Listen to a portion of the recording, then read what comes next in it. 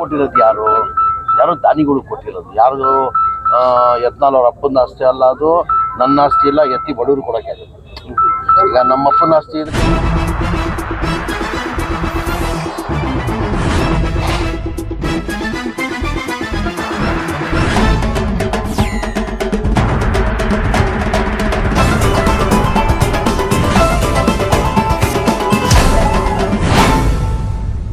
ಸರ್ಕಾರದಿಂದ ಕೆಲವರಿಂದ ಒತ್ತಡ ಇತ್ತು ಅನ್ನೋ ಆರೋಪ ಮಾಧ್ಯಮದಲ್ಲೇ ಬಂದಿರೋದು ನೋಡಿದ್ದೀನಿ ನಾನು. ಆ ತರ ಯಾರು ಒತ್ತಡ ಮಾಡಕ್ ಹೋಗಿಲ್ಲ. ಪರ್ಟಿಕ್ಯುಲರ್ಲಿ ಎಲ್ಲೋ ಒಂದ್ ಕಡೆ ಮಾಧ್ಯಮದಲ್ಲಿ ನನ್ನನ್ನ ಅಂತ ಹೇಳ್ಬಿಟ್ಟು ಅದು ಒಂಥರ ಬಂತು. ಅದು ಆ ತರ ನಾನು ಯಾವುದು ಇಲ್ಲ. ನಾನು ಅವ್ರು ಬಹಳ ಸ್ಟ್ರೈಟ್ರು, ಇಲ್ಲ ಅಂತ ಇಲ್ಲ. ಈ ತರ ಮಾಡುವಾಗ ಯಾರೋ ಒಬ್ರು ಇದು ಮಾಡ್ತಾರೆ, ಅವ್ರ ಪರ ಯಾರು ನಿಂತ್ಕೊಂತಾರೆ ಹೇಳಿ? ಈ ತರ ಮಾಡ್ದಾದ್ಮೇಲೆ ಯಾರು ಅವ್ರ ಪರ ನಿಂತ್ಕೊಂತಾರೆ? ತಪ್ಪೇ.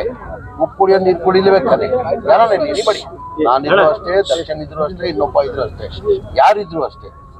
ಸುಮ್ಮನೆ ನನ್ನ ಹೆಸರು ನೇರವಾಗಿ ಹೇಳಿಲ್ಲ ನೀವೆಲ್ಲ, ಇಂಡೈರೆಕ್ಟ್ ನನ್ನ ಹೇಳ್ದಂಗೆ ಕಾಣ್ತದ ಅನಿಸ್ತು. ನನ್ನ ಹೇಳ್ತಿದ್ರೆ ಆ ಥರ ಯಾವುದೂ ಇಲ್ಲ.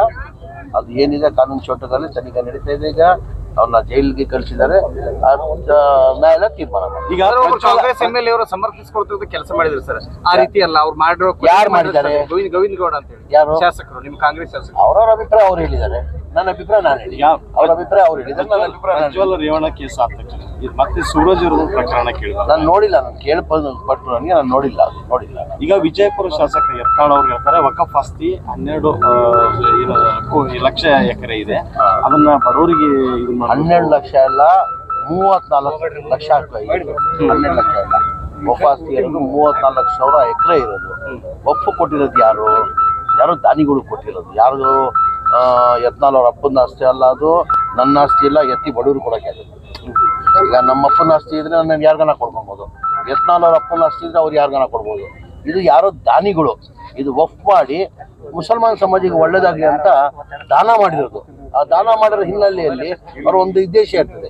ಅವ್ರು ಯಾವುದೋ ಹಿನ್ನೆಲೆಯಲ್ಲಿ ದಾನ ಮಾಡುವಾಗೂ ಪರ್ಟಿಕ್ಯುಲರ್ಲಿ ಇಂಥನ್ನೇ ಯೂಸ್ ಮಾಡ್ಬೇಕಂತ. ಎಜುಕೇಷನ್ ಪರ್ಪಸ್ ಯೂಸ್ ಮಾಡಬೇಕು, ಕಬ್ರಸ್ತಾನ್ ಯೂಸ್ ಮಾಡಬೇಕು, ಈದ್ಗಾ ಯೂಸ್ ಮಾಡಬೇಕು, ಇಲ್ಲ ಮಸೀದಿ ಕಟ್ಟಬೇಕು, ಜನಗಳಿಗೆ ಒಳ್ಳೇದಾಗದಂತಾನೆ ದಾನ ಮಾಡೋದು. ಸುಮ್ಮನೆ ಯಾರು ಕೊಡಲ್ಲ. ಏನಕ್ಕಂದ್ರೆ ಅವ್ರ ರಿಲೇಷನ್ ಇರ್ತಾರೆ, ಅದ್ ಬಿಟ್ಟು ಏನಕ್ಕೆ ಇದು ಮಾಡ್ತಾರೆ? ಅವ್ರ ಆಸ್ತಿನೋ ನನ್ನ ಆಸ್ತಿ ಇದ್ದಿದ್ರೆ, ನಮ್ಮ ಅಪ್ಪನ ಆಸ್ತಿ ಇದ್ದಿದ್ರೆ ನಾವು ಯಾರಿಗಾನ ಹಂಚ್ಬೋದು.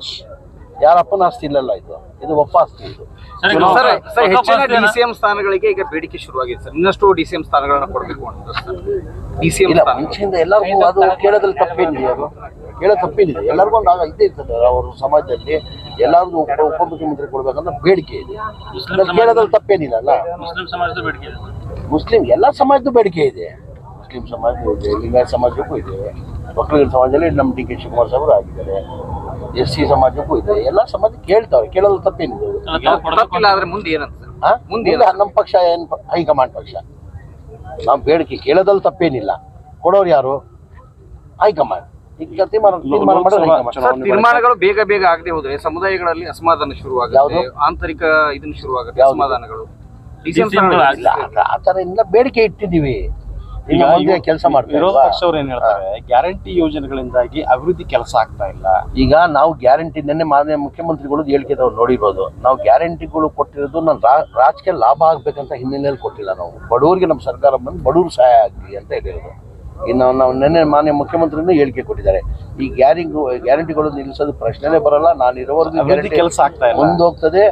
ಇನ್ನ ಮುಂದೆನೂ ಈ ಗ್ಯಾರಂಟಿಗಳು ಡೆವಲಪ್ಮೆಂಟ್ ಆಗ್ತಾ ಇಲ್ಲ ಅಂತ ಹೇಳ್ತಾರೆ ಸರ್. ಆಗ್ತಾ ಇದೆಯಲ್ಲ, ಎಲ್ಲಿ ಡೆವಲಪ್ಮೆಂಟ್ ಆಗ್ತಾ ಇದು ಉತ್ತರ ಕರ್ನಾಟಕ ಭಾಗದ KBJNL ಅಲ್ಲಿ ಯಾವುದೇ ಗುತ್ತಿಗೆ ಕಾಮಗಾರಿನೇ ಆರಂಭ ಆಗಿಲ್ಲ. ನೀರಾವರಿ ಯೋಜನೆಗಳ ಕೆಲಸ ಆಗ್ತಾ ಇಲ್ಲ. ಅನುದಾನನೂ ಕೊಡ್ತವ್ರೆ, MLA ಗಳು ಅನುದಾನ ಕೊಡ್ತವ್ರೆ. ಈಗ ಬೆಂಗಳೂರು ಸಿಟಿಯಲ್ಲಿ ನನಗೆ ನಮ್ಮ ಸರ್ಕಾರ ಬಂದಾದ್ಮೇಲೆ 130 ಕೋಟಿ ಅನುದಾನ ತಗೊಂಡಿದ್ದೀನಿ ನನ್ನ ಕ್ಷೇತ್ರದಲ್ಲೇ, ಚಾಮರಾಜಪೇಟೆ ಕ್ಷೇತ್ರದಲ್ಲೇ. ನಮ್ಮ ಸರ್ಕಾರ ಬಂದು 1 ವರ್ಷದಲ್ಲೇ ಬೆಂಗಳೂರು ಸಿಟಿಯಲ್ಲಿ ಯಾವತ್ತೂ ನಮಗೆ ಅಷ್ಟು ದುಡ್ಡನ್ನು ಸಿಕ್ಕಿರಲಿಲ್ಲ. ಈ ಬಾರಿ ನಮ್ಮ ಸರ್ಕಾರ ಬಂದ ಆದ್ಮೇಲೆ ಮಾನ್ಯ ಸಿದ್ದರಾಮಯ್ಯ ಮುಖ್ಯಮಂತ್ರಿ ಆದ್ಮೇಲೆ, ಉಪಮುಖ್ಯಮಂತ್ರಿ DK ಶಿವಕುಮಾರ್ ಆದ್ಮೇಲೆ ಉಸ್ತುವಾರಿ DK ಶಿವಕುಮಾರ್ ಅವರು 130 ಕೋಟಿ ಕೊಟ್ಟಿದ್ದಾರೆ. ಇನ್ನೊಂದೊಂದು ಬಹಳ ದಿನದಿಂದ ಪ್ರಪೋಸಲ್ ಪೆಂಡಿಂಗ್ ಇತ್ತು, ರೋಡ್ ವೈಂಡಿಂಗ್ ಆಗೋದು, 160 ಕೋಟಿದು.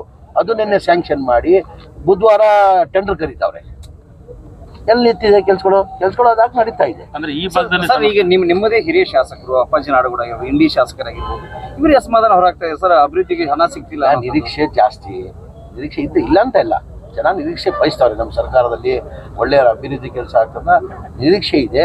ನಾನು ಗ್ಯಾರಂಟಿಯಿಂದ ಇದಾಗಿದೆ ಅಂತ ಹೇಳಕ್ ಸಿದ್ಧ ಇಲ್ಲ ನಾನು. ಹೌದು, ಈಗ ಈ 5 ಗ್ಯಾರಂಟಿಗೆ ಕನಿಷ್ಠ 55,000 ಕೋಟಿ ಬೇಕಾಗ್ತದೆ. ಅದ್ರಲ್ಲಿ ಸ್ವಲ್ಪ ಅನುದಾನ ಕೊಡೋಕ್ಕೆ ಸ್ವಲ್ಪ ಇದಾಗ್ತದೆ, ಇಲ್ಲ ಅಂತ ಇಲ್ಲ. ಅಂದ್ರೆ ಗ್ಯಾರಂಟಿ ಕೊಟ್ಟಿದ್ದೀವಿ, ಅಭಿವೃದ್ಧಿ ಕೆಲಸ ಮಾಡೋಕೆ ಅನುದಾನ ಕೊಡ್ತಾ ಇಲ್ಲ ಅಂತ ಆತರ ಇಲ್ಲ. ನೀವೇನ್ ಹೇಳ್ತೀರಿ? ಕೊಡ್ತಾ ಇದ್ದಾರೆ, ಗ್ಯಾರಂಟಿಗಳ ಜೊತೆ ಅಭಿವೃದ್ಧಿನೂ ಮಾಡ್ತೀವಿ ಅಂತ ಹೇಳ್ತಾರೆ. ಮಾಡ್ತಾ ಇದಾರಲ್ಲ, ಮಾಡ್ಕೊಂಡು ಬಂದಿದೀವಿಲ್ಲ, ಮಾಡ್ಕೊಂಡು ಬಂದಿದ್ದೀವಿ. ಇನ್ನಷ್ಟು ಹೆಚ್ಚಿನ ಸುದ್ದಿಗಾಗಿ ನಮ್ಮ ನ್ಯೂಸ್ 11 ಕರ್ನಾಟಕ ಚಾನೆಲ್ಗೆ ಲೈಕ್ ಮಾಡಿ, ಶೇರ್ ಮಾಡಿ, ಸಬ್ಸ್ಕ್ರೈಬ್ ಮಾಡಿ.